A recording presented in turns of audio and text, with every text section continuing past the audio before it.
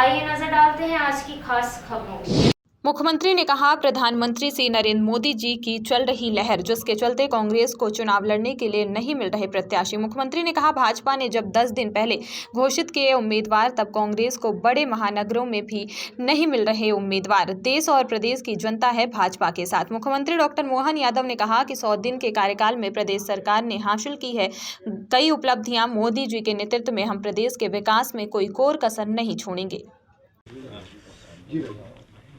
कल बीते 20 तारीख को हमने अपने लोकसभा के चुनाव का एक तरह से एक चरण का पूरे देश का सबसे पहला हमारा अपना नॉमिनेशन फॉर्म सीधी में जमा करवाया। बाद में रानी अवंतीबाई की बलिदान दिवस था, तो स्वाभाविक रूप से हम सबको अत्यंत आदर श्रद्धा के साथ विभिन्न कार्यक्रमों में देर रात तक शामिल हुआ।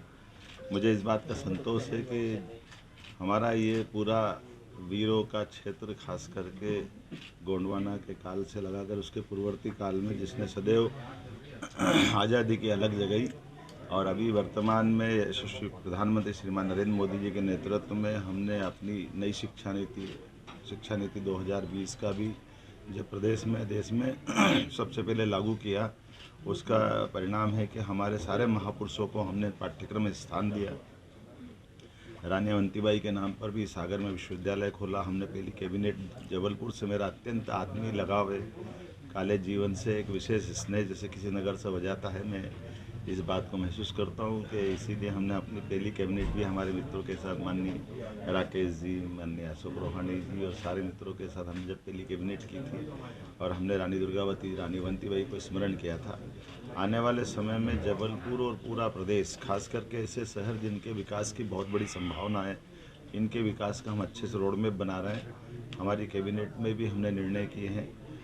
उज्जैन में जो समिट की थी, उस दरमियान भी इस क्षेत्र में भी हमने अपने कारखानों का लोकार्पण किया, भूमि पूजन किया, और ये क्षेत्रीय लगातार निवेश को लेकर के आने वाले समय में जिस प्रकार से एग्रीकल्चर ग्रोथ रेट बढ़ी है, हम दो तरह से आगे बढ़ रहे हैं कि जिसमें कृषि आधारित फूड पार्क और बाकी चीज़ें, फूड इंडस्ट्रियाँ लगे, रेडीमेड गारमेंट्स की भी बड़ी संभावना है, और उसके अलावा कौन कौन से क्षेत्र जिसमें विकास की संभावना होगी, इसमें बड़े पैमाने पर जहाँ ये खदान आधारित उद्योग भी है, जिसमें माइनिंग का लेकर के बड़े अच्छे चक भी यहाँ उपलब्ध है। उम्मीद कर रहा हूँ कि पूरे प्रदेश में ये जो 100 दिन की हमारी सरकार, जिसने कई सारी उपलब्धियाँ हासिल की थी, जिनके बलबूते पर हमने अपनी संतोष मन से तो पूरा नहीं हुआ, लेकिन ये मान के चलो कि जितना बड़ा काम किया है, जितना बड़ा समय मिला था, समय बहुत अल्प होता है एक सरकार के लिए, 90 दिन का।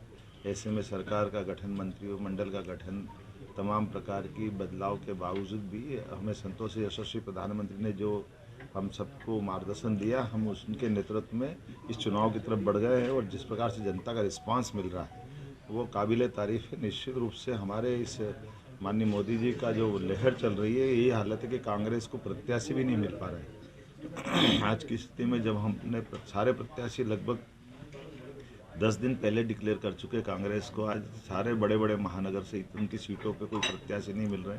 जनता का रिस्पांस भाजपा के साथ है, माननीय मोदी जी के साथ है, और मोदी जी के नेतृत्व में भाजपा फिर एक प्रचंड बहुमत की जीत की तरफ बढ़ रही है।